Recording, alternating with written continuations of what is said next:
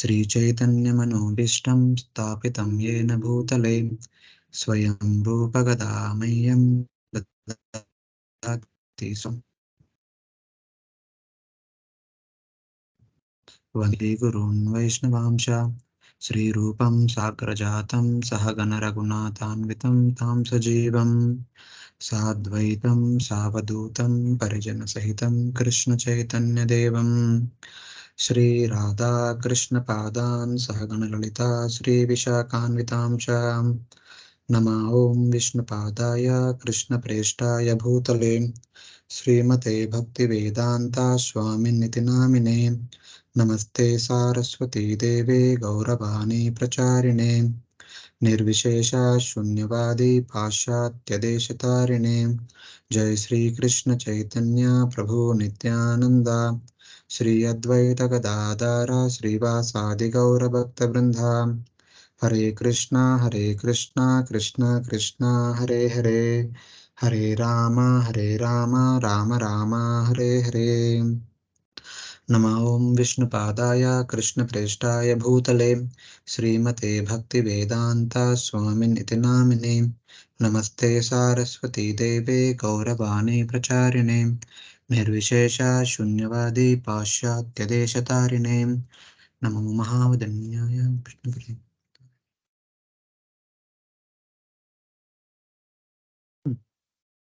Hare Krishna, able to hear me? Yes, Prabhuji. Okay, thank you.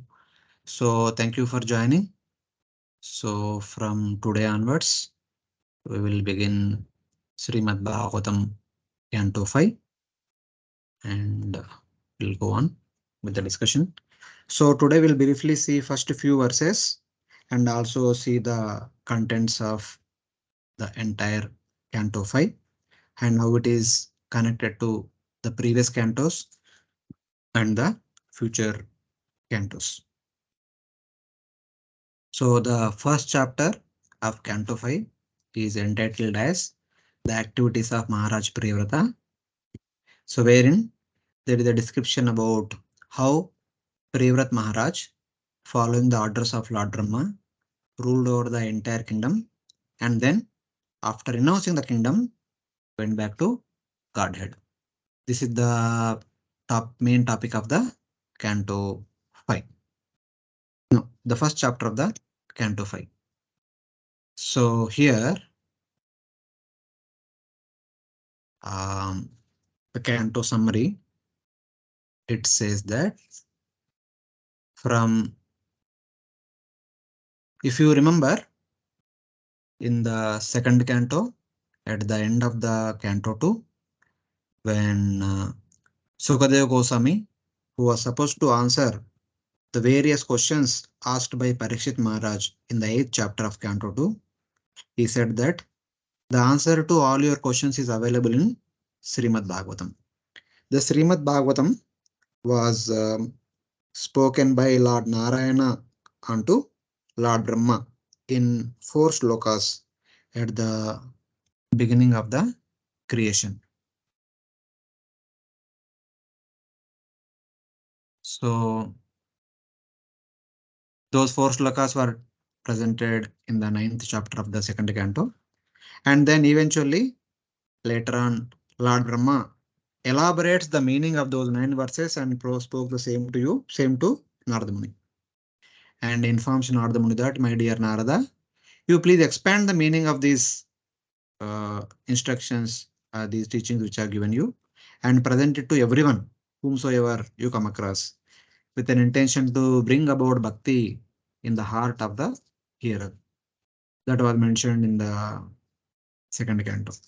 Then Narada Muni spoke the same Bhagavatam to Srila Vasudev very recently at the beginning of the current Kali Yuga and requested him to compile the scripture consisting of the glories of the Supreme Lord, consisting of the glories of Bhakti, consisting of the meaning of these 4 verses, so that people who take shelter of this will manifest Bhakti, will surrender to the lotus feet of the Supreme Lord. So Srila Vasudev compiled Bhagavatam, taught the same Bhagavatam to his dearmost son Sukadeva Goswami, and that Sukadeva Goswami is speaking the same Bhagavatam in order to answer various questions of Srila Parikshit Maharaj. And there he says in the 10th chapter that Bhagavatam, which I have learned from my father, Srila Vasudev, who had learned from Narada Muni, and who had learned from his father, Lord Brahma, and who had learned from the Supreme Lord Narayana, contains 10 principal topics. Atra sarga visargacha sthanam poshanamutaya manvantareshanukata nirodho mukti rashaya. So that Purana contains Sarga, the primary creation by Mahavishnu, which was described by Maitreya Rishi in the beginning of the third canto, starting from chapter 5 to chapter 11. How Mahavishnu, by glancing upon Pradhana, creates 24 elements, and then by combining those 24 elements, creates unlimited Brahmandas, and enters into each and every Brahmanda as Garbhodakshaya Vishnu, and then creates a lotus flower from his navel. Before that, he creates water, known as Garbhodaka ocean, the lower half of the universe, creates air and ether in the upper half of the universe. He goes into the water and takes rest. From his navel, there appears a beautiful lotus. Then Garbhodakshaya Vishnu expands himself as Kshirodakshaya Vishnu, enters into that lotus as its Paramatma. And then Lord Brahma takes birth on top of the lotus flower. Then Lord Brahma performs austerities in order to understand who he was, who is the source of himself and the lotus and the water that is there below. So, like that, he had darshan of Garbhodakshaya Vishnu. He offers wonderful prayers and he requests for the knowledge that about what he is supposed to do and empowerment so that he can do it properly. So, that was mentioned in the 9th chapter of the third canto. Then Lord Narayana speaks and empowers him and blesses him to do the needful. Lord disappears. Then Brahma again performs tapasya, understanding what he is supposed to do and how he is supposed to do. Divide the lotus into 14 divisions, creates 14 planetary systems, and then creates bodily forms for the various living entities, such as aquatics, plants, reptiles, birds, mammals, humans, superhuman beings, the devatas, asuras, etc., and the great sages, etc. And they are populated at different places. That has been narrated in the uh, third canto, chapter 10, chapter 12, and chapter 20. What has been created by Lord Vishnu, that the unlimited number of universes created by Mahavishnu, and eventually Garbhodakshaya Vishnu is called Sarga, the primary creation. Then what has been created by Lord Brahma, the creation of 14 planetary systems and creation of different bodily forms for different living entities, is called Visarga, the secondary creation by Lord Brahma. Lord Brahma's creation goes all the way up to the creation of Swayambhu, Manu, and Satarupa, with the first Manu, who are responsible to take care of the Bhumandala and take care of the living entities on the Bhumandala, etc., etc., especially the human beings and all. That has been mentioned there. And then there is second part in the Visarga. How this creation continued further by the Prajapatis under the empowerment of Lord Brahma. That is the second part of Visarga. So Visarga is the description of the lineage of Maharaj Virvata and all. Okay, that is there. But the Visarga is mainly the second part of Visarga, which is called Nitya Srushti. The first part of Visarga, which Brahmaji does, is called Naimitika Srushti. And the Sarga is called Prakritika Srushti. The second part of Visarga is known as Nitya Srushti, means how Lord Brahma's creations have continued the creation further and further. So Lord Brahma created first set of living entities and set back. And his creations, all the Prajapatis, great sages, devatas, human beings, animals, birds, beasts, everything, they are continuing the creation.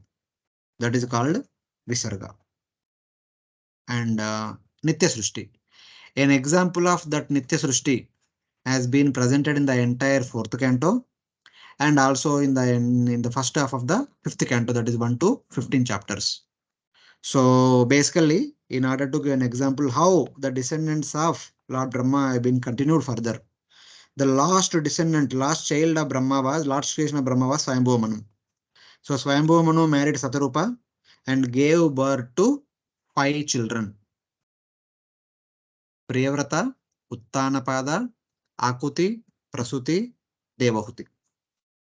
So in the third canto itself, there was a discussion about how Devahuti was married to Kardama. And after their marriage, there appeared Lord Kapila, who taught the teachings of Lord Kapila to Mother Devahuti. The reason was the creation of the universe has been presented in the third canto. The first half of the third canto talks about the process of the creation, and the second half of the third canto talks about the purpose of the creation. The purpose of the creation is to facilitate Jiva's enjoyment. Jiva comes or goes away from the spiritual world to enjoy separate from the Supreme Lord. So in order to facilitate the fulfillment of that desire, Mahavishnu creates, the Supreme Lord creates unlimited Brahmandas, material universes, so that Jiva can exercise his free will. Fine. But Lord does not want the Jivas to stay back in this material world. Lord wants the Jiva to come back to the eternal home, the spiritual world. So the process of coming back has been presented in the second part of the third canto. That is the purpose of creation. The creation has been created not just to facilitate the Jiva's enjoyment, but to bring back the Jiva to the spiritual world. That is presented through teachings of Lord Kapila by describing Karma Yoga, Jnana Yoga, Ashtanga Yoga, and more specifically Bhakti Yoga. Taking shelter of these things, one can go back to Godhead. That has been presented. So then how creation continues in this material world? In order to describe that, the descendants of all these 5 children of Swayambhu Manu are presented. The descendants of the 3 daughters of Swayambhu Manu are presented in the first chapter of the 4th canto. The Akuti married Sage Ruchi and gave birth to Lord Yajna and Dakshina. That is fine. And Devahuti married Kardama, gave birth to 9 daughters and 1 son, Lord Kapila. The 9 daughters eventually married the 9 Manasaputra sons, 9 Prajapatis, sons of Lord Brahma. And they themselves gave birth to many children, subsequently, that is mentioned.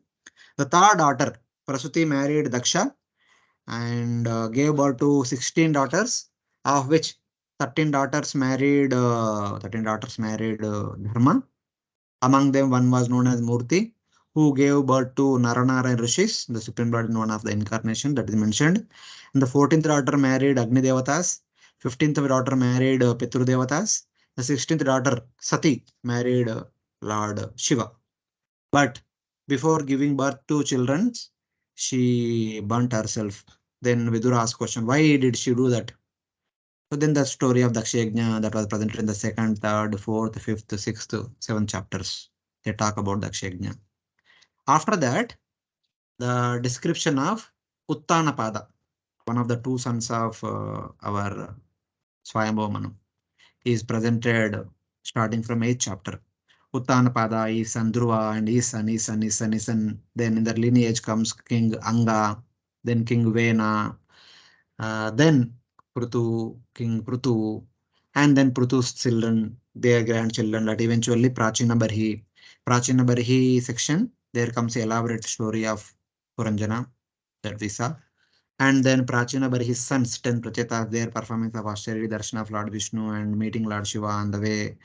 And then coming back, marrying Marisha, ruling over the kingdom, begetting a son known as Daksha, has been presented. And then we saw in the last chapter, after renouncing the kingdom, Prachetas went to forest and attained perfection. They heard from Narada Muni and practiced bhakti seriously and then went back to Godhead. That's how the 4th canto ended. And after Uttanapada, Priyavrata also ruled the kingdom for some time. He ruled and his descendants also ruled for some time. So that the entire Swayambhuva Manvantara period has been ruled by Swayambhuva Manu and the descendants of his 2 sons, Uttanapada and Priyavrata. This entire subject matter is an example of Nitya Srushti, the second part of Visarga. And later part of the cantos will talk about how this Nitya Srushti will continue during the 2nd Manu, 3rd Manu, 4th Manu, 5th Manu, 6th Manu, 7th Manu, 8th Manu, 9th Manu, 10th Manu, 11th Manu, 12th Manu, 13th Manu, 14th Manu. All these, some of them are described in great detail, some of them are presented in briefly. And after the completion of the 14th Manu, Lord Shiva destroys the 14 planetary systems which were created by Lord Brahma, which were maintained by Lord Vishnu. That is presented in the 12th canto of Bhagavatam. How does Lord Shiva destroys? What happens afterwards? Then there will be the night of Brahma. Lord Brahma and all the jivas will take rest in having entered into the body of Garbhodakshaya Vishnu. The next day morning, again lotus appears on the Garbhodakshaya Vishnu's navel. Lord Brahma appears. He again further divides the lotus into 14 divisions and again creates bodily forms for all the living entities and they performs activities. Then there is maintenance of all the living entities, all the 14 lokas throughout the day of Brahma. That subject matter is known as Sthana. The third topic, Atarsarga Visargacha Sthanam. Sthana is mainly about how the entire universe consisting of 14 planetary system inhabited by variety of living entities is maintained by Lord Kshirodakshaya Vishnu.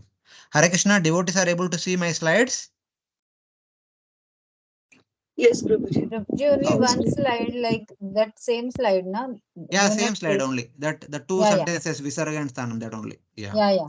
So basically, the Visarga which has been presented elaborately in the entire fourth canto is again continued in the fifth canto, the first 15 chapters, and the remaining canto talks about the third topic, Sthana, how Lord maintains by providing suitable circumstances to all the living entities who are living in the 14 planetary systems. So this is the connection from second canto to third canto to fourth canto to the fifth canto. So and also we will discuss some of the points in couple of verses later, couple of slides later, which gives connection to the sixth canto also basically. So it is like that. So as we mentioned that first Manvantara period, second Manvantara, third Manvantara, how it continues. So that connection is also established here in this chapter. So that we will see how the remaining cantos are connected to this canto also. It's like that. So as part of the Visarga, the fourth canto talked about the descendants of Akuti, Devahuti and Prasuti as well as Priyavrata. Sorry, Uttanapada. Now fifth canto talks about the descendants of Maharaj Priyavrata as part of the Visarga in the first 15 chapters. It's like that. Then in the remaining chapters, Sthana, the geography of the universe where the Devatas, men and the demons reside and its protection by the Devatas under the supervision of Kshirodakshaya Vishnu.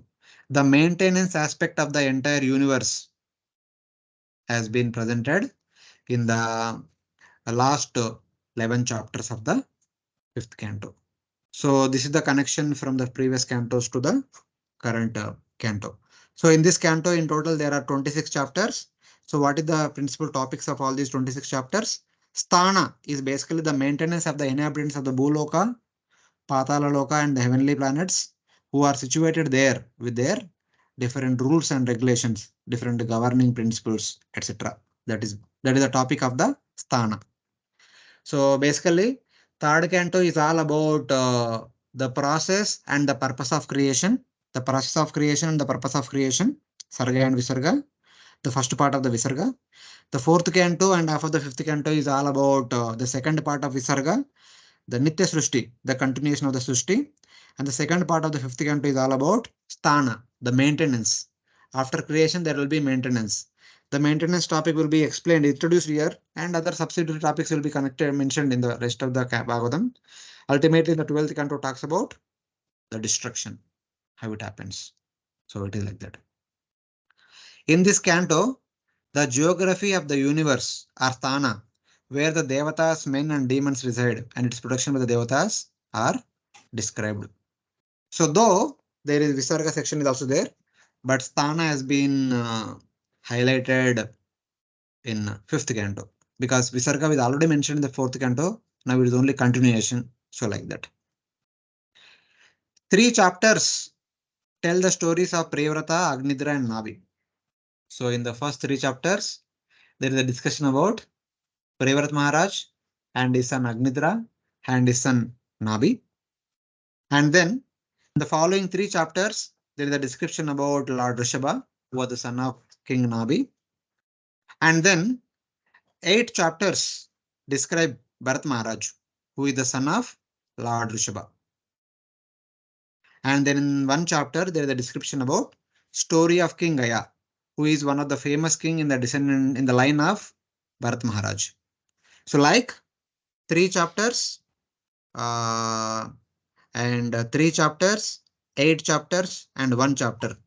3 plus 3, 6 plus 8, 14 plus 1, 15. In 15 chapters, there is a discussion about the descendants of Priyavrata. Also talking about their wonderful activities, their devotional act services, their surrender, and their journey going back home back to Godhead.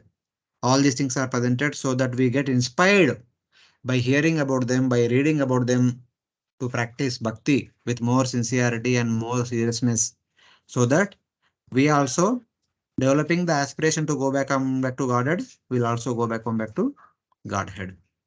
That was the intention in these chapter in the section of these chapters. So then, in the last part of the Canto 5, about the 11 chapters, there is the discussion about the geography of the universe. So 4 chapters describe Jambudvipa with the descriptions of its various mountains, trees, rivers.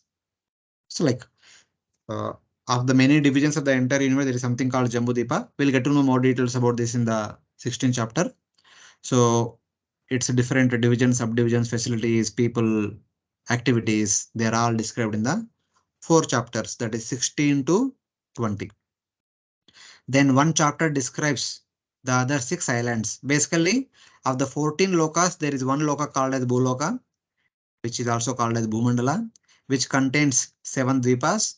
Of the 7, one dvipa, that is known as Jambudvipa, has been described in the 44 chapters, 16, 17, 18, 19. The other 6 dvipas are described in the 20th chapter. Then 2 chapters, 21, 22, talks about the zodiac, and 1 chapter describes the Dhruvaloka. Basically, in 2 chapters, there is a discussion about all the different planetary systems, different planets, Sun, Moon, Mars, Mercury, Jupiter, etc. etc. They are all discussed in chapter 21 and 22. And the entire upper planetary systems, the 7 upper lokas, Bhuloka, Bhurloka, Svargaloka, Maharloka, Janaloka, Tapaloka, Satyaloka, etc. all present in the 23rd chapter. Then 24th chapter describe the many places below sun, that is Bhurloka and below Svargas. The 7 lower planetary systems known as Atala, Vitala, Sutala, Talatala, Mahatala, Rasatala, Patala, etc. They are all discussed in the 24th chapter. The 25th chapter describes Lord Ananta. 26th chapter describes the different hellish planetary systems. So these are all various chapters. We will not get into more details about all these chapters, not required. As we discuss eventually, we'll get information about that. But in general, this is the breakup of these 26 chapters of Canto 5 and their connection to the previous cantos. Okay, before beginning the first chapter, any devotees have any questions based on this background story, background history, and background connection?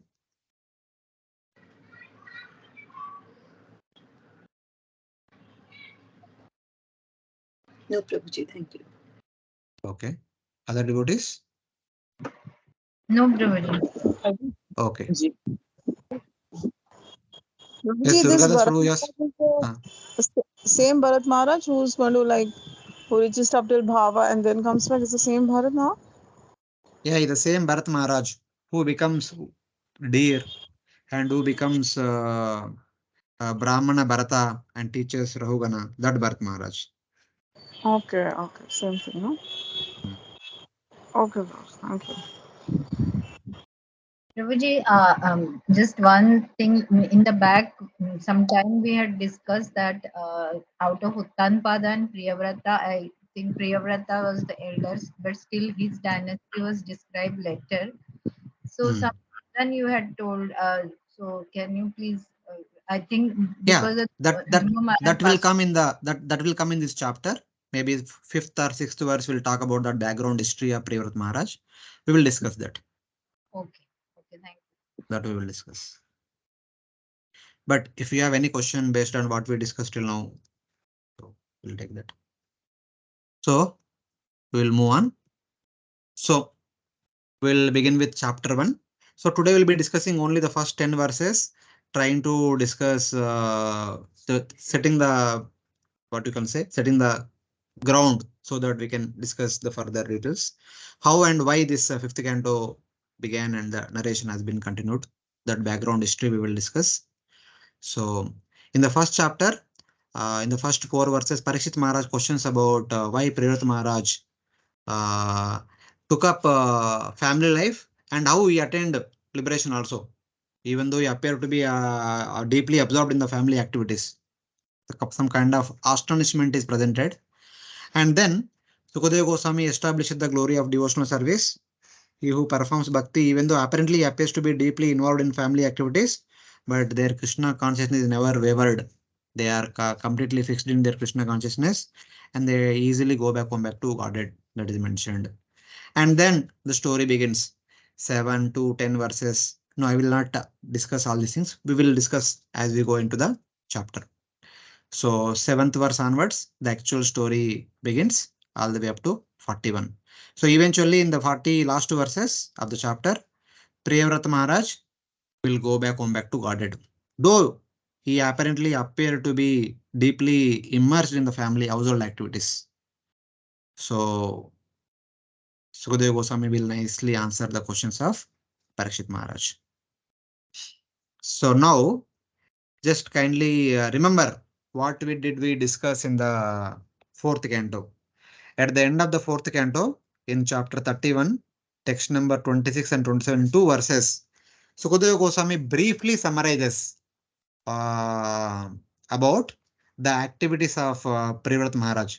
That Priyavrata Maharaj became the king and he ruled with complete attachment and eventually one day renouncing the kingdom attained perfection and went back to Godhead. That was briefly mentioned in 1 or 2 verses there. Having heard that, out of curiosity, a kind of doubt produced in the heart of Parikshit Maharaj. Now Parikshit Maharaj, in order to clarify that curious doubt, posing a couple of questions. So that hearing that King Priyavrata first renounced and then accepted material enjoyment, King Parikshit was surprised. How is it that a renounced person will accept material enjoyment? And how is it that a person who is attached to material enjoyment attain perfection? So like that. Learning knowledge of Atma from Narada Muni, Priyavrata, after enjoying the earth, divided it among his sons and then attained the Lord's abode. This was mentioned in the 2 verses of the 31st chapter of the 4th canto. And now, Parikshit Maharaj, ye kya chal raha hai? The one who is already renounced the world, he will not take up material activities. And one who has taken up material activities will not attain perfection immediately. He has to work hard. But इनका जीवन में सब कुछ हो गया, सब उल्टा पलटा हो रहा है, कैसे, क्यों? So like that, Parikshit Maharaj is asking a question.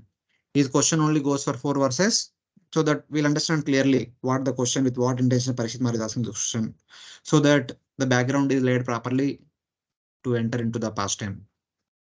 So first verse, Rajo Vacha Priyavarato Bhagavata Atma Ramah Katam Mune Grihe Ramata Yanmula Karma Bandha Parabhava. So someone can read the translation. King Parikshit inquired from Shukadev Goswami, O great sage, why did King Priyavrata, who was a great self-realized devotee of the Lord, remain in household life, which is the root cause of the bondage of karma, that is putive activity, and which defeats the mission of human life? Yeah. So Parikshit Maharaj is saying that, O Muni, O great sage, how did the great devotee, he is referred as Bhagavata, a Mahabhagavata devotee. How did the great devotee and Atma Rama, is self-satisfied, Priyavrat, enjoy household life? Grihe Aramata. Atma Rama person does not take pleasure in the household activities. But here, a Atma Rama, a Priyavrata, who is one of the great Atma Rama, had taken pleasure in the household activities. Kaise? How? Katam? How? Which is a cause of bondage to karma. Karma bandham yanmula. So, enjoyment in the household order is the cause of bondage to karma. If one becomes addicted to the enjoyment that is available in the household order, one want to have more and more enjoyment. In order to have more and more enjoyment, one has to perform more and more activities. Thus, one is bound by more and more activities. The ramata, the desire to enjoy in the household order, is the root cause of karma bandhan in this material world. And this defeats even a pure soul, parabhava. Even a Atma Rama also, when he becomes attracted to Gruhe Aramata, his Atma Ramatva will be destroyed. Because Atma Rama does not desire to take pleasure from outside. Atma Rama means he experiences pleasure only from Atma. Atma Arama. All his pleasure lies in the Atma only. He does not seek any pleasure from outside world. But Grihe Ramata means all his pleasure is only outside, not from Atma. So both are like completely opposite. So if this person becomes attracted to this, he will be defeated from the goal of life. Because attraction to this one will create karma bandhan in this world. So this is the question of Parikshit Maharaj. He was a devotee and a great Atma Rama like you. So while Parikshit Maharaj speaking to Sukadeva Goswami is also a great Atma Rama. Atma Ramascha Munayo Nirgranta Api Urukrame Kuruvanti Ahetukim Bhakti Ittam Bhuta Guno Hari. Even though Vyasdev was telling that, my dear son, please come home. Then Parikshit Maharaj Sukadeva Goswami said, what is this? Who is father? Who is son? These are all illusion. I am going. He went out. He only came home to study Bhagavatam. Then after studying Bhagavatam, again went out. And he is well known to not to stay at the house of householders, not more than the time required to milk the cow. Sago dohana matram hi griheshu gurhamedinam avekshate mahabhaga tirthi kurvantadashramam. So like that. Sukadeva Goswami is one such an Atma Rama. Similarly, Priyavrata is also one such a Atma Rama. He was a great devotee and a great Atma Rama like you. How could he enjoy family life, which is a cause of bondage to karma and defeats even a pure persons like him? So why is that? So it is mentioned that learning the knowledge of Atma from Narada Muni became Atma Rama. But eventually he came home and enjoyed the earth. ऐसे कैसे किया? गुरु है आरामता. And attained perfection also and went back to Godhead. ये सब उल्टा पल्टा हो रहा है. So like that, Parikshit Maharaj is asking this question. He is raising his inquisitiveness to understand the subject matter in detail. So like that. So later on in the verses, in the answers given by Sukadeva Goswami, some great details are mentioned. What exactly it means? What is that Parikshit Maharaj is asking, and why he is worried about that? So second verse. Hare Krishna. Prabhuji, isn't this question of Parikshit Maharaj little astonishing, because just now he has heard about the all many great devotees like Dhruva Maharaj, Prithu Maharaj, Prachetas, who were all very great devotees, as well as they were all grihasthas. Dhruva Maharaj was in grihastha life for 36,000 years. Prachetas for some thousand years. Prithu Maharaj was there. So, in spite of that, then why this question arises in Parikshit Maharaj? But when those devotees were mentioned, there is a discussion about their consciousness. Dhruva Maharaj, in case of Dhruva Maharaj, at the age of 5 only, he saw the Lord. Even though he ruled, he lived in the kingdom, he had all the facilities, but there was no mention of his enjoyment. Even in the case of Prithu Maharaj also, there was no mention of his enjoyment. He was always asking people. So I don't have any qualification. Since I have been appointed as the king gets 1/6 of the share. I request all of you to practice Bhakti seriously so that I will get 1/6 result of all of you, so that I will have a chance of attaining perfection. So only in the case of Prachina Bari, there was a mention about becoming attached to so many karmakanda rituals and all mentioned. But in the case of Privrata, it is mentioned that he appeared apparently deeply absorbed in the household activities and enjoyment. So it's like that. It is not a question in relation to Privrata Maharaj or Parikshit Maharaj, but it is in order to bring about a lesson for all of us. Parikshit Maharaj is making this question. Since it is mentioned in the shloka like that, he was fully involved in the household activities. The same thing will come at the end of this chapter also. So specifically mentioned there. That's how this question arised in the heart of Parikshit Maharaj. So it's like that. So more of Priyavrat Maharaj was, it appeared that he was enjoying his grahastha life. That is the Yes, yes, yes, yes. okay. Okay, thank you. Hare Krishna, Prabhuji. Yes, Manish. Actually, even I was thinking the other way that this is the eternal question of the grihasthas, that in grihastha ashram generally the chances of perfection is not great because like by default we are involved in fruitive activities and take pleasures in the fruitive activities. So I was just wondering, towards the end of this chapter, is this question getting cleared that how being in the grasta life also one can perfect life like that? Yes, that is cleared. Even at the beginning only it is cleared. At the end also there is a solution is given. In the solution sense, what happened in the life of Priyavrata is given so that we can draw and how to lead a life. We can draw the instructions how we should lead our life. That is also we can understand. See, basically, whether it Hmm. is from Bhagavad Gita or Srimad Bhagavatam, Hmm. immaterial to one's varna and ashrama, anyone Hmm. and everyone, wherever one may be situated, but by taking shelter of one of these spiritual processes seriously, Hmm. one will be on the path of and the progressive path back to Godhead. That is there. So it is not about okay, some ashram is favorable, some ashram is unfavorable. It's not exactly like that. Every ashram has the pitfalls. Every ashram has some advantages and some disadvantages also. Even we saw in the third canto while the conversation that took place between Kashyapa and Diti, 14th chapter, Hmm. there was a Hmm. discussion about the advantage of Gurus ashram also. Yeah.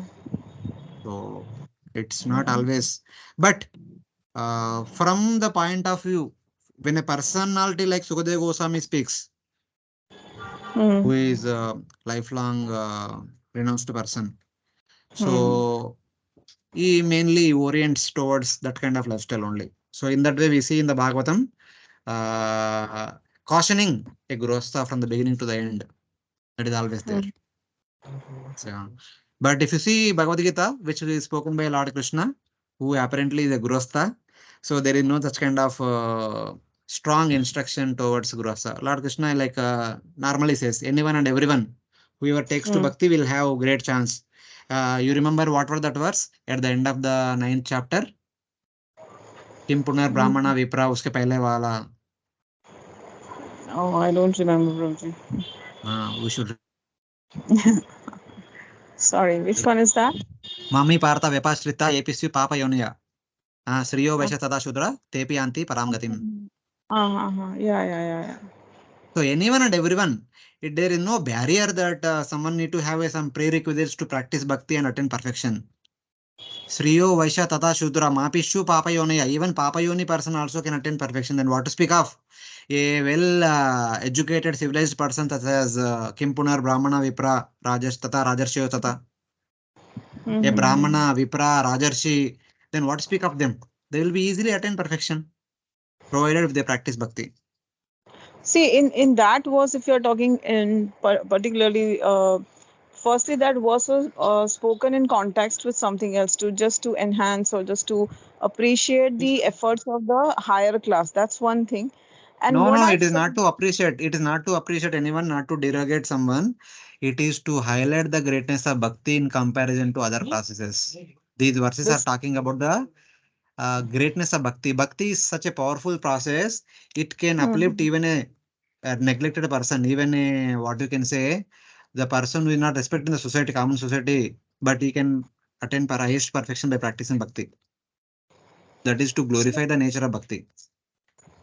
Okay, great. But in case Mm. of that particular verse where Striya and all that mentioned, once Mm. I had heard something like this that for the females, even Mm. by performing her prescribed duties well, she can perfect her life.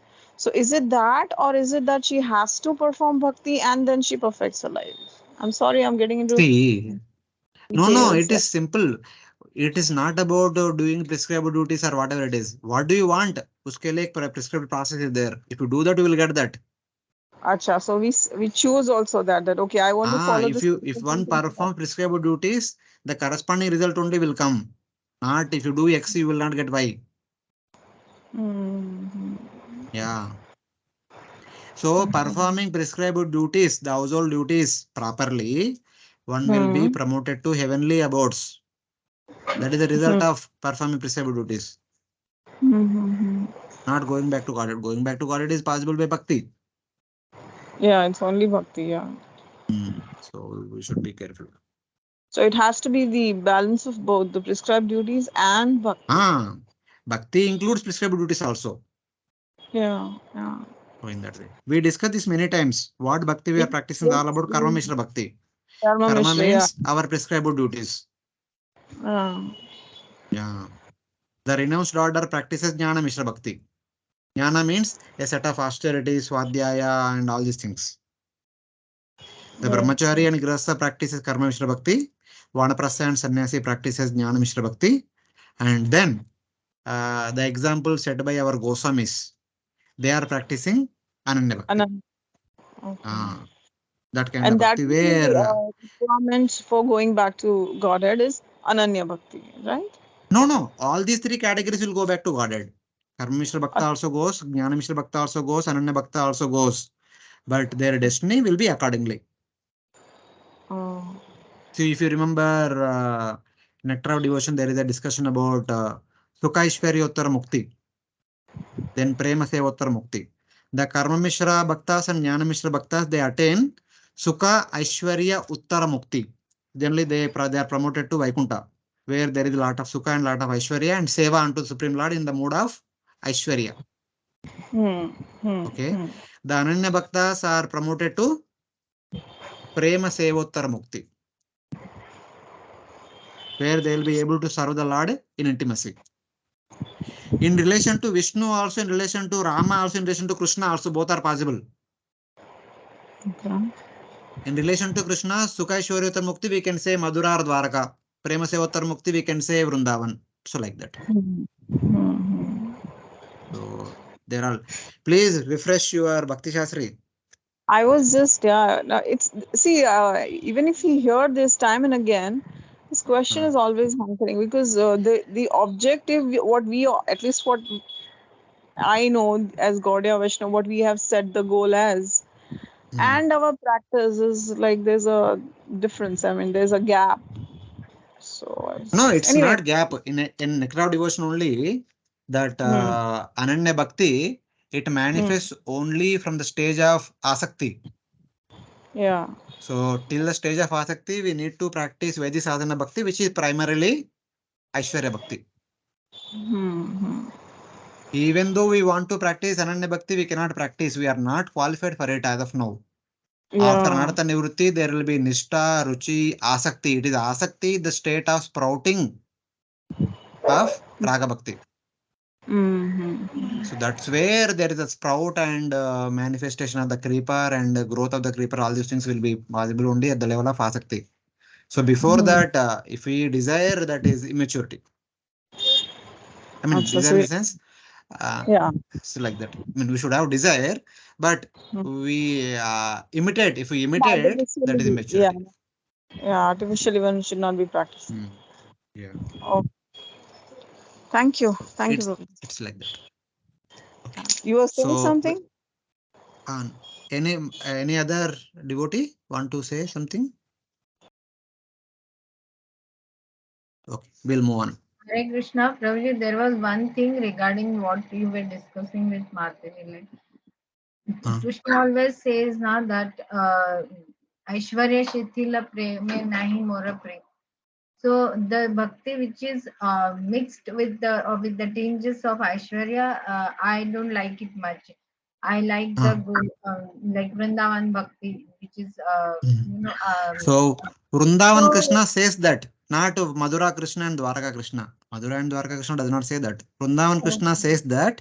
So those who want to be with Vrindavan Krishna, they need to practice Raga Bhakti, having come to Asakti no, platform. Prabhuji, we cannot say that we want, means we may have desire, but as you Uh, rightly said, like if we don't have the qualification, we will mm. still we may like those pastimes, we may like to be there, but we are not qualified. So that Aishwarya will always remain in our mind. So then how and No, then no, not always. Not always. Not always. Slowly, slowly, as the element of Madhurya increases, the element of Aishwarya slowly, slowly reduces. okay, because then I always feel that okay, whatever I am doing, still Krishna doesn't like it that much because he doesn't like, no, he says Aishwarya Shikli Premanai Gaurav. So he doesn't So, like that. for example, I mean, I'm just giving an example like when all congregation devotees they want to worship the deities. They get Laddu Gopal or Gaur Nitai or Jagannath Baldev Subhadra. It's like that. uh, in the initial days when they are worshipping the deities, they are utmost careful. So I mean, in relation to deities, there should be no offense. Deities should be worshipped with high respect and high regard. Everything is taken care very nicely. And eventually, in order to improve their deity worship, they learn how to stitch clothes for the deities, how to make garlands, how to make ornaments. So eventually, it becomes more and more, more and more. Eventually, at one point of time, they say that they start discussing. They were conversing with other devotees. They say that so in our home deities, they may have names. That they say that they speak in such a way that they are like family members, and our Gaurnitai likes Kheer very much, this, that, like that. So there is a kind of intimacy developed in due course of time, even in our daily observation also, you can see among the devotees also. So we see that the symptoms manifesting in due course of time after serving for some time, there is a kind of symptoms of intimacy will manifest. They are natural. We cannot say that they will not manifest. It will be there. So it's a process from shifting from Hmm. Aishwarya to Madhurya. Yeah. Yeah, it will automatically happen. It will not happen when we want to do consciously. It should happen unconsciously. Yeah. Yeah. Yeah, it should come from within. Otherwise, it is just Yes. forcing will not. Krishna also will not Mm, like. yes, yes. It will happen automatically. So that's how it happening. How to understand the desire to serve the Lord in more specific, that they themselves prepare the different garments, ornaments, garlands, and so many things. It's like they treat him like a family member. Just like we've purchased new clothes for yearly 2 times for the festivals, Diwali and other festivals, something like that. So for the deity appearance every year we celebrate and we prepare new clothes. It's like that. There is the intimacy is day year by year is increasing. So it's like that. That's how we can see. Thank you. Okay, okay, we'll go on. Nanunam mukta sanganam tadrishanam dvijarshabha gृहेषु abhiniveshoyam pumsham bhavi bhavitum arhati. Please read the translation. Devotees are certainly liberated persons. Therefore, O greatest of the Brahmanas, they cannot possibly be absorbed in family affairs. Yeah. Oh, best of the Brahmanas, Dvijarshabha, persons such as Priyavrata, free from material attachments, Mukta Sangana, because is Atmarama, should certainly not become absorbed in family life. So this kind of Atma Ramas. Now we are not clear as of now why Parishma is asking this question. Later on, couple of verses later, we will see the history of Priyat Maharaj. Then we'll understand. Oh, aisa person idhar bhi aa gaye kya wapas? So then the astonishment arises. Right now we don't know complete history of Priyavrata. So what's wrong? Like that we may say, we may think. But in couple of maybe sixth verse, we'll see all the history of Priyavrata. Then this question. Okay, okay, okay. That's why Parikshit Maharaj asking this question. So like that we understand. So how come a person like Priyavrata, who is free from all material attachments, had become absorbed in family life? He should not actually. Non unam. So like that Parikshit Maharaj asking. Being a great devotee, such attachment is not possible. ऐसा कैसे हो गए? So like that. महतां खलु विप्रर्षे उत्तम श्लोक पादयो छाया निवृत्त चित्तानां ना कुटुम्बे स्पृहामति.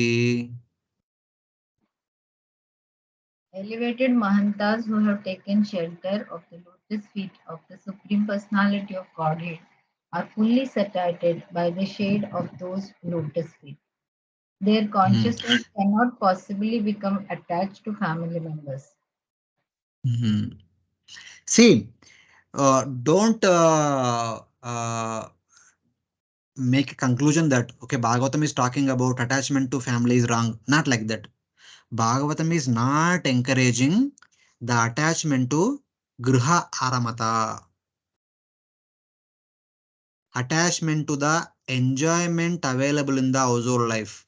That is negated, not the household life itself.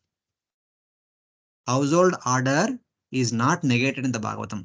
Even in these 4 verses also asked by Parishit Maharaj, he is not discouraging the household order. Instead, he is discouraging the attachment to enjoy in the household order. The attachment to the enjoyable facilities that are available in the household order, that is being criticized here. So kindly remember this. It is not about household order itself. It is about the possibility of getting attached to the enjoyment that is available in the household order. That desire, that aramata, desiring to enjoy in the griha, will be acting as the root for the karma bandhan. Not the gruhastha ashram itself is the karma bandhan, cause of karma bandhan. So kindly remember this. Otherwise, uh, we may come up with a different conclusion only, which is against to the teachings of Bhagavatam and Bhagavad Gita. O best of the Brahmanas, great souls, Mahatam, whose minds are blissfully engaged in devotional service, Nirvinna Chittanam or Nirvritta Chittanam, in meditation on the lotus feet of the Supreme Lord, Uttama Shloka Padayo, who are deeply absorbed in Smaranam. Uttama Shloka Padayor Nivritta Chittanam means who are deeply absorbed in Smaranam. They may not be doing Shravanam, Kirtanam, and Archanam so much, but personalities like here, our what is this? Priyavrata are deeply absorbed in Smaranam, which extinguish samsara. It is Smaranam which takes us back to Godhead. What is that verse in 8th chapter of Bhagavad Gita? Anta kalecha mameva Smaran muktva kalevaram.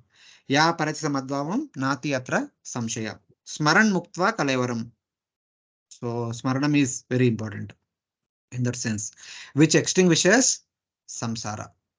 Are not so foolish to desire household life.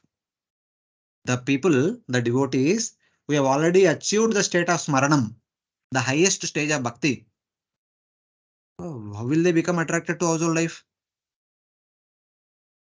Na amatihi kutumbe spruha. So this is the question. The reason is that they are attached to the Lord.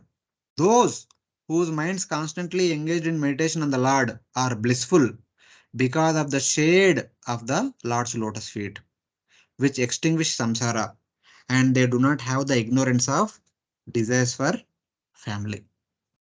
So it is like that.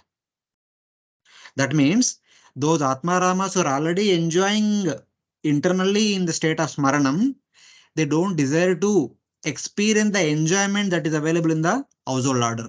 It's like that.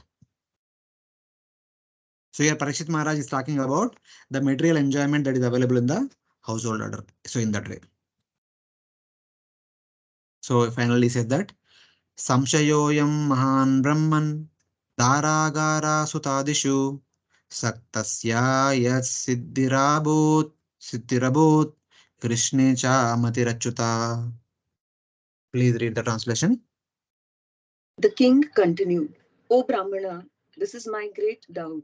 How was it possible for a person like King Priyavrata, who was so attached to his wife, children, and home, to achieve the topmost infallible perfection in Krishna consciousness?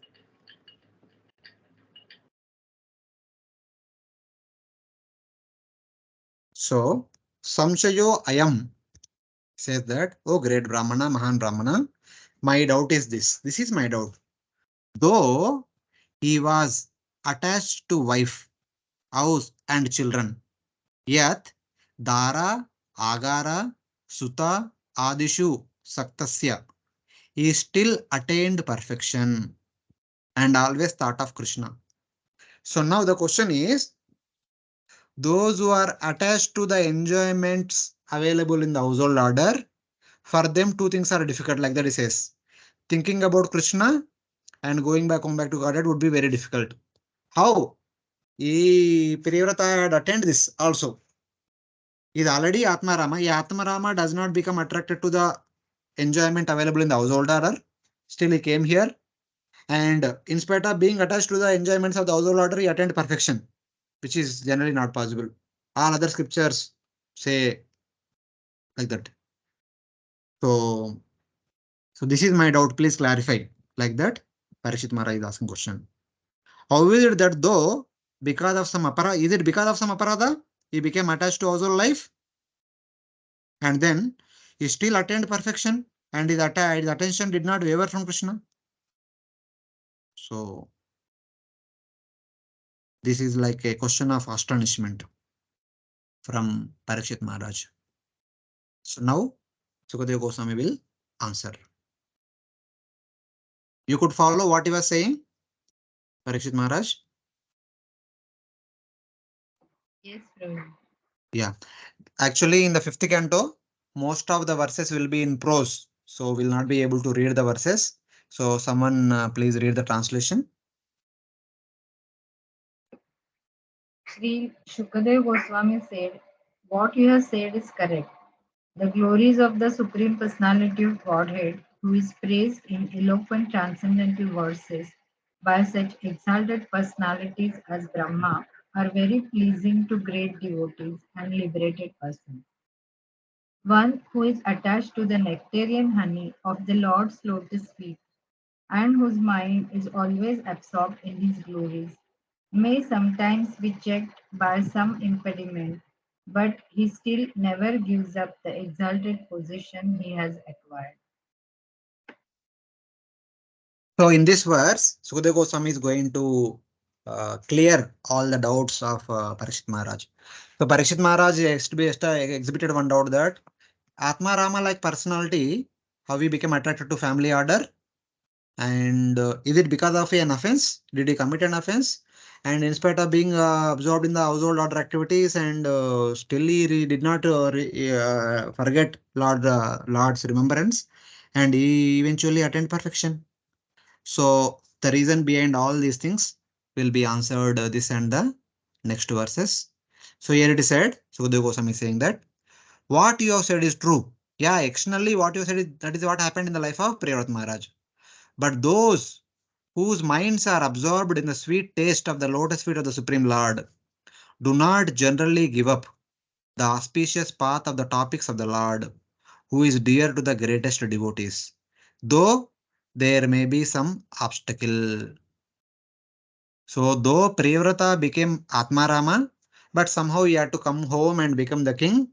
But even though, in spite of becoming king, he did not give up his Atmarama nature. Internally, he continued as Atmarama, but externally, he is acting as a completely attached householder. That is his expertise.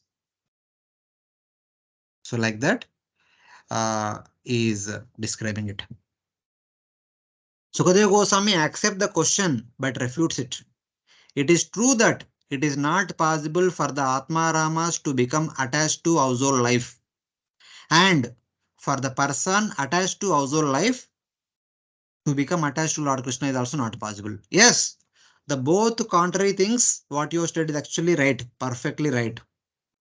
But though apparently these things seems to be happened in the Priyavrata Maharaj's life, but Priyavrata Maharaj is not like this person. He is a different person. So like that is saying. But you should not think that the great devotees like Priyavrata and Sukadeva Goswami himself of inconceivable character would ever even temporarily become attached to material things. This is expressed in this verse. Apparently, it may appear as if he is become completely attached to material things, but a great devotee like Priyavrata would never ever do that. Externally, it maybe seems to be like that, but it is not so. Internally, they are deeply absorbed in smarana on the lotus feet of the Supreme Lord. Those whose minds are absorbed in the Lord do not reject the topics of the Lord, which are most dear to the Paramahamsa devotees or Paramahamsa Bhagavatas, though the topics are somewhat interrupted. Apparently, because of some reasons, because of the some need of the hour, because of some circumstances, their smaranam might be interrupted for some time, but it is not removed completely. So, like that, this is. In the case of Priyavrat Maharaj, it seems to be interrupted for some time. So, how much time and all will be revealed in the later part of the chapter, but later on we'll see. Those topics are the path giving happiness to the devotees, since by that path the devotees attain the Lord, but does not following, but does the following verse not show there is an obstacle? Okay, this is the question. But these topics, the hearing and remembering the wonderful topics of the Supreme Lord, which describe Nama, Rupa, Gunalila of the Supreme Lord, are the path back home back to Godhead, which are the source of happiness for the devotees, and by which, taking shelter of which, a devotee goes back home back to Godhead. It is like that. So, as Priyavrata Maharaj stated in the previous sentence, that though the topics are somewhat interrupted, so taking this interrupted word, somebody may ask question, but does the following verse not show there is an obstacle? अभी प्रियव्रत महाराज का जीवन में कुछ obstacle है, there is some interruption. Why? A devotee should be continuously doing it. Why there should be an interruption? So then there is some background information is given. What kind of interruption was there in the life of Priyavrat Maharaj? So here there is a verse from 10th Canto, chapter 2. It indicates about uh, some kind of obstacle. Tatanate madhava tavaka kvatich drishanti marga tvaibadda saurda tvayabhigupta vicharanti nirbhaya vinayakanikapa murdasu prabhu. These are the this verse is spoken by the devatas unto Lord Krishna, who was in the womb of Mother Devaki. This is one of the verses of the Garbhasuti prayers in the prison house. O Madhava, O Supreme Lord, Lord of the Goddess of Fortune, if devotees completely in love with you sometimes fall from the path of devotion, they do not fall like the non-devotees, for you still protect them. Thus, they falsely traverse the heads of their opponents and continue to progress in devotional service. What was that verse from the 9th chapter of Bhagavad Gita? That even though the devotees apparently fall down, but one should not criticize them because they are situated on the path of bhakti and will come back to me. Duracharo bhajate mamati. Yes. Samyak vivati soita. So that is what. Even though apparently it seems that sometimes devotees are falling down, but their falling down is not like the falling down of the materialists. But Lord brings them back to God quickly. So that is the thing. So it is like that. True, the devotee does not have any obstacle arising from time and karma. So, in the people in general, there are so many obstacles because of the time, by the influence of time, and by the influence of one's own karma. But in the case of devotees, time and karma has no influence. In the second canto, 9th chapter, there was a description about this one. In Vaikunta, there is no influence of time and Maya. So in the material world, there is the influence of time and Maya. The time influences by displaying the 6 changes in our body. We take birth, we grow, we give byproducts, stay for some time, dwindle and vanish, die. and there is influence of Maya. And these 6 changes will continue to happen life after life. That is the influence of Maya, the influence of Maya in the form of karma. How? It is from Maya, by the glancing upon Maya, Mahavishnu produced 24 elements. It is by the same 24 elements we have got this material body. It is by this body we perform karma. It is by the karma we get new and new lives. That's how the Maya and karma are related. That is connected to the transmigration. For whatever activity that we perform in this body, they are the seed for the future births, in the future forms, in the upcoming lifetimes. So it is like that. So Kala influences the transmigration, the changes in one particular body, and Maya or karma influences change from one body to other body or one species to other species. So it is like that. So in the great devotees, there will be no influence of time and Maya. But there are two types of obstacles for the devotees. One is caused by the great offense, other one is caused by Lord's desire. Some examples are shown.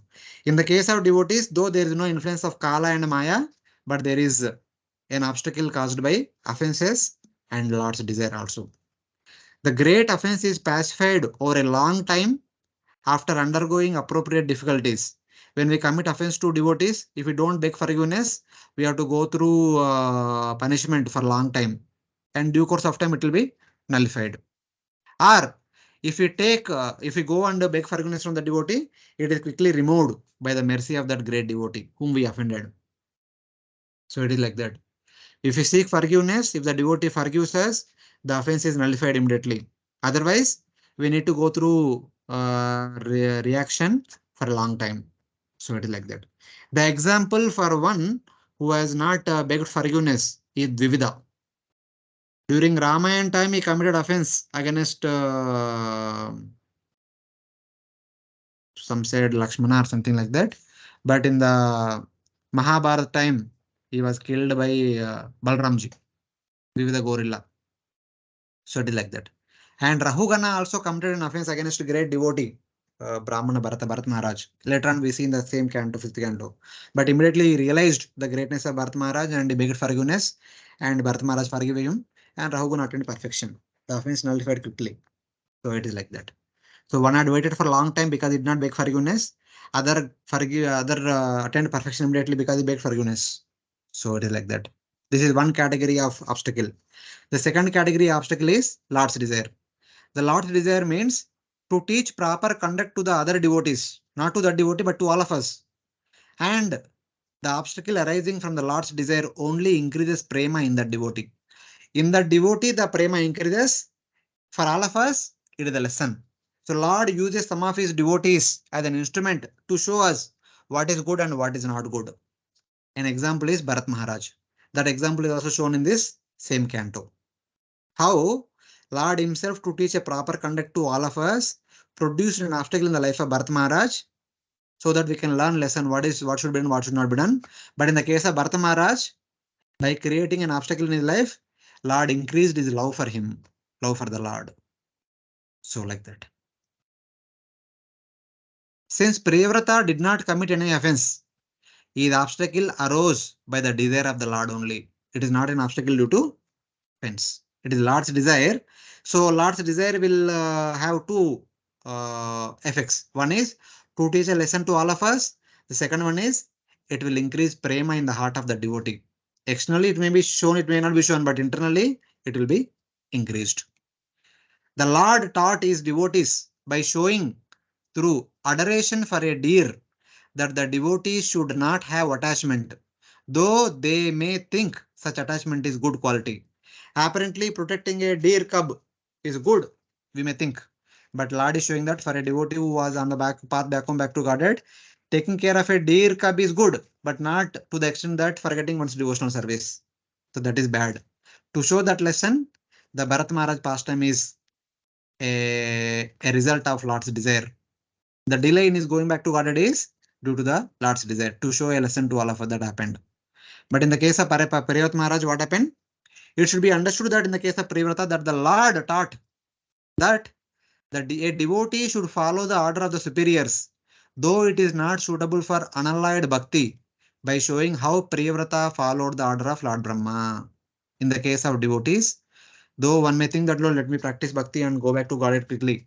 But due to the need of the hour, when some elder asking something, one should do. So that is good. Doing that, one's prema will increase. One's journey back home back to God may be delayed, but prema will increase. So to show that, the example of Priyavrata is shown in the first canto, first chapter of the canto. So Bharat Maharaj and Priyavrata are their journey back home back to God is delayed because of this is because of Lord's desire to show a proper conduct to all of us. So it is like that. So there are some people, I mean, in the past, this is mentioned the 12th chapter, 3rd canto. So here Brahma requested Priyavrata and Priyavrata followed. Prema increased in him. There is another case also. Brahma requested for Kumaras. They did not follow. So that example is shown there in the 12th chapter of the 3rd canto. Brahma created Sanaka, Sanatana, Sananda and Sanat Kumara, who were free of material actions and strict in brahmacharya. Then Brahma said to his sons, "My dear sons, please create progeny." But Kumaras replied, "Being devoted to Supreme Lord and intent on liberation, they did not agree to do so." The four Kumaras did not agree to follow the instruction of Lord Brahma. The reason is they were not inclined to produce progeny because Karma Yoga, the household activities, producing ignorance, destroy knowledge. The Karma Yoga, which is connected to household activities, the activities of a brahmachari and grasta, they have a tendency of producing a kind of attraction to the facilities and the enjoyment that is available in the household order. So thinking that, so there is a chance of getting diverted from path back home back to Godhead. So Kumara said, "My dear sir, my dear father, please forgive us. We'll not be able to follow this instruction of yours." Like that, they said no. So it is some reference. I just remembered I put it. But in the case of Priyavrata and in the case of Kardama, they immediately followed. In the case of Swayambhu Manu, they immediately followed the instruction of Brahma and then they did the needful. And so it is like that. So this is how, even in one verse only, in one sense, the answers of the questions of all the questions of Parikshit Maharaj are kind of cleared. His doubt is cleared. So in that way.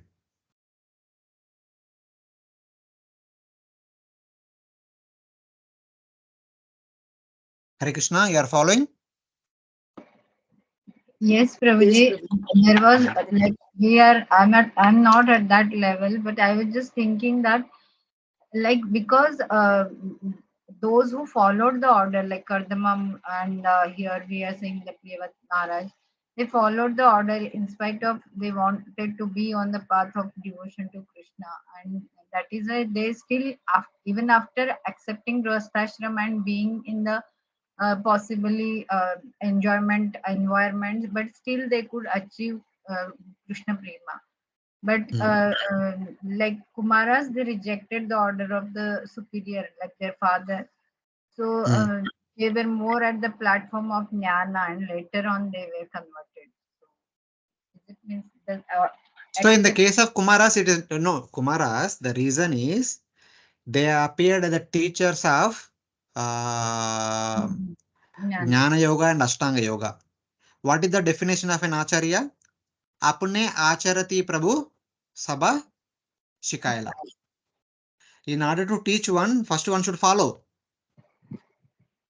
So for Jnana and Ashtanga Yoga, the Vairagya is more important.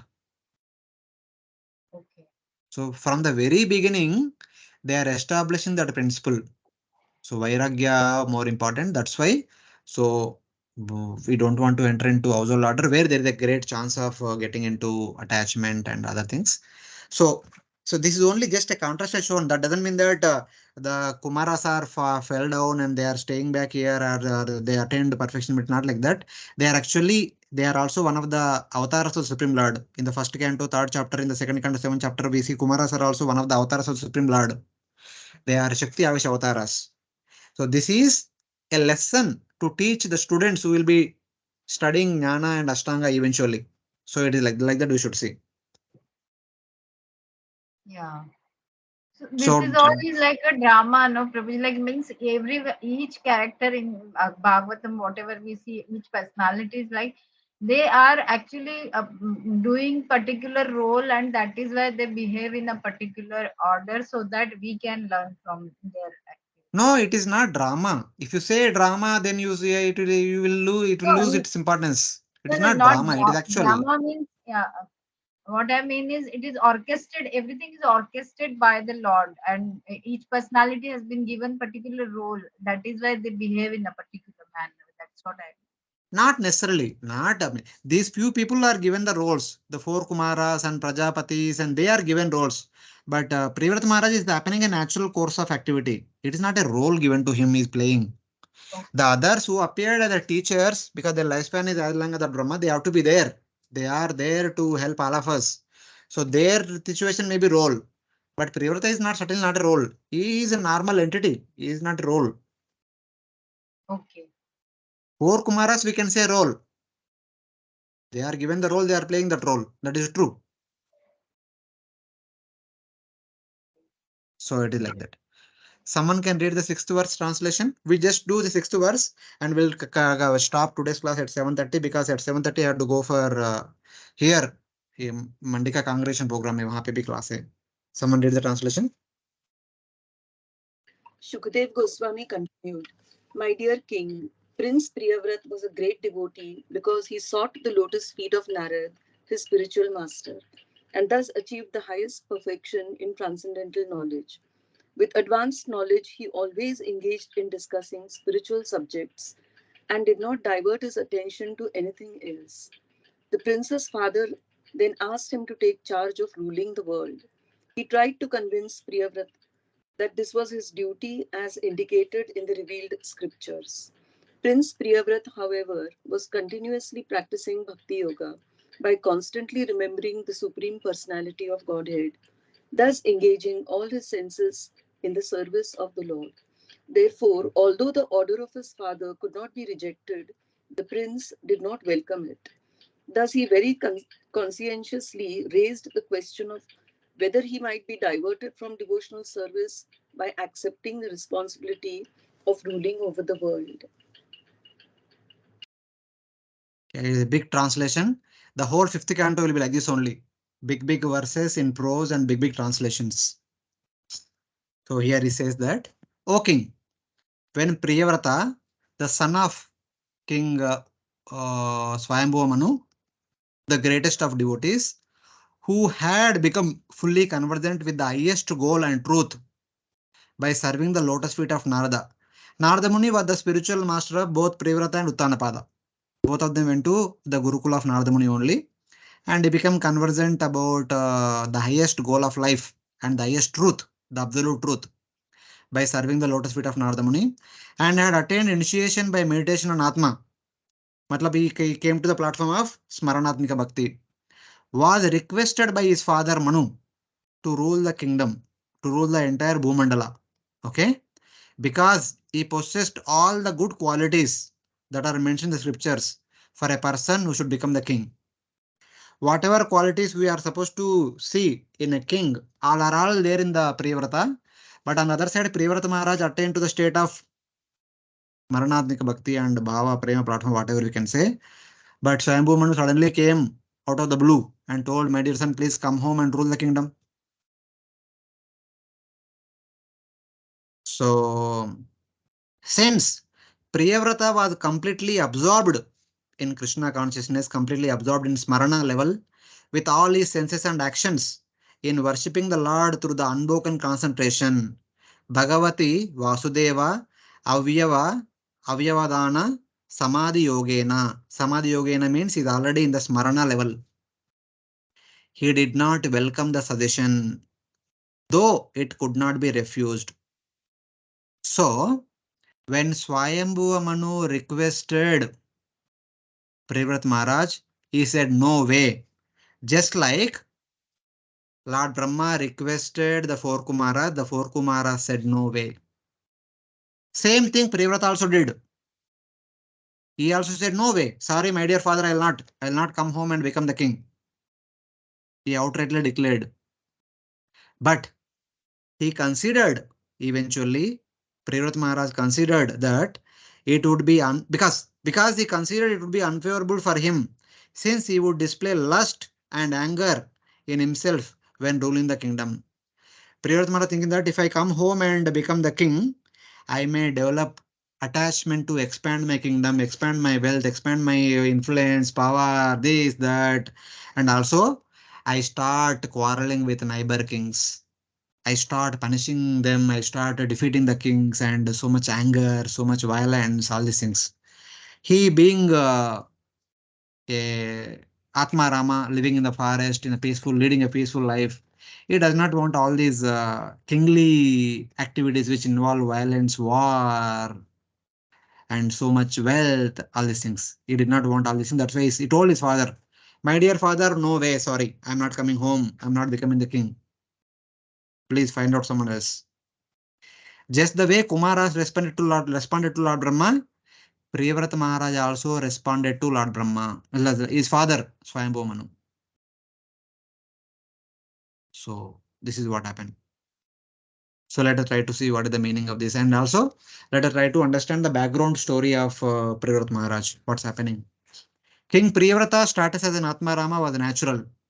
By the mercy of great sage Narada, he had become the greatest among the devotees. By birth, he was a great devotee, but having studied under Narada Muni, he became greatest of all devotees. Only by the order of Lord Brahma did he take up household life. That is stated in this verse. Though he said no to his father, but later on Brahma comes and requests Priyavrata. Only then he accepted to come home and become the king. Till then he did not accept. There is a reason, because Lord Brahma will speak very, he will assure in such a way that Priyavrata will accept. That we will see in the next class. So here, Vava means certainly. When ordered by his father to do this for protecting the earth, he did not welcome the order. Brahma then made his appearance from his own abode and convinced Priyavrata and made him king. That is the subsequent story in the upcoming verses. So now, what is mentioned in this verse? By serving Narada, Priyavrata quickly became fully knowledgeable of the highest goals and highest truths, and attained initiation through the meditation on Atma.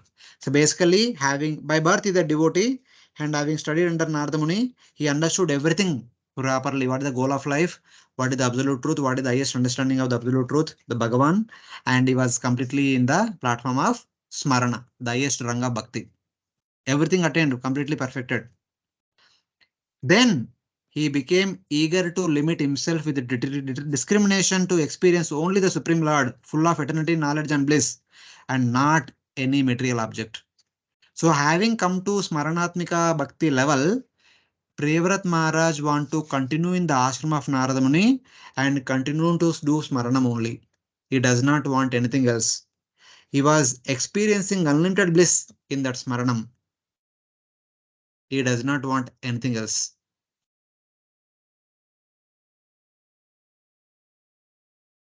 At that moment, when he was deeply absorbed in Smaranam, because he steadily manifested all the qualities mentioned in the scriptures for ruling the kingdom. So one of the quality we can see here, only a person who has no interest in the kingdom is supposed to become the king. This is what we can see in the case of Yudhishthira Maharaj also in the first canto. After Mahabharata battle, Yudhishthira Maharaj feeling so bad that it's because of me entire war happened. People died, people killed each other, so much massacre, so much violence. I don't want to become the king. I don't have any interest in the kingdom.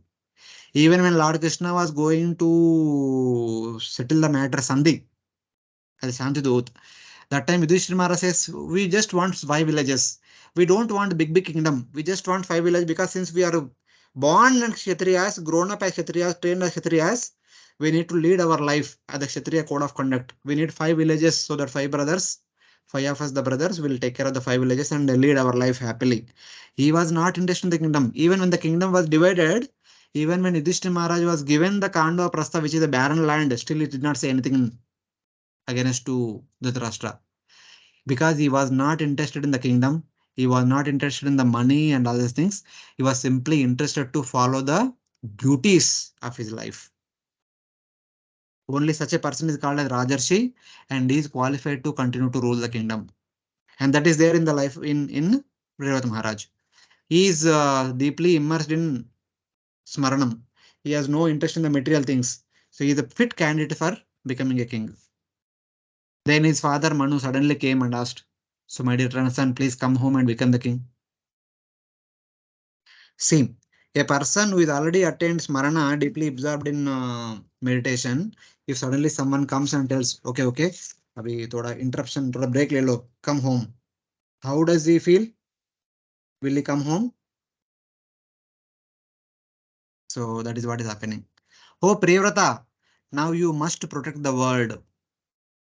This is the request of Swayambhu Manu, his father. But Priyavrata did not welcome that request. He did not desire to do so because he thought it was not beneficial for him. Because Priyavrata Maharaj thought that it is not beneficial for him. Why he thought like that? He was constantly engaged in concentrating without break on the Lord. He was able to do Smaranam continuously, 24/7, with all his senses and activities. Though what his father said could not be rejected according to culture, according to at least this might have happened in the past, Satyayuga or Tretayuga, we don't know. So that time they are more obedient to father. So his father's request could not be rejected, but still Priyavrata protested, saying, "I will not rule the kingdom, my dear father. Please forgive me. Please excuse me." Why did he say? He considered that he would be affected by improper qualities like lust and anger in ruling the kingdom, because lust and anger are there as a subcomponents of the rulership.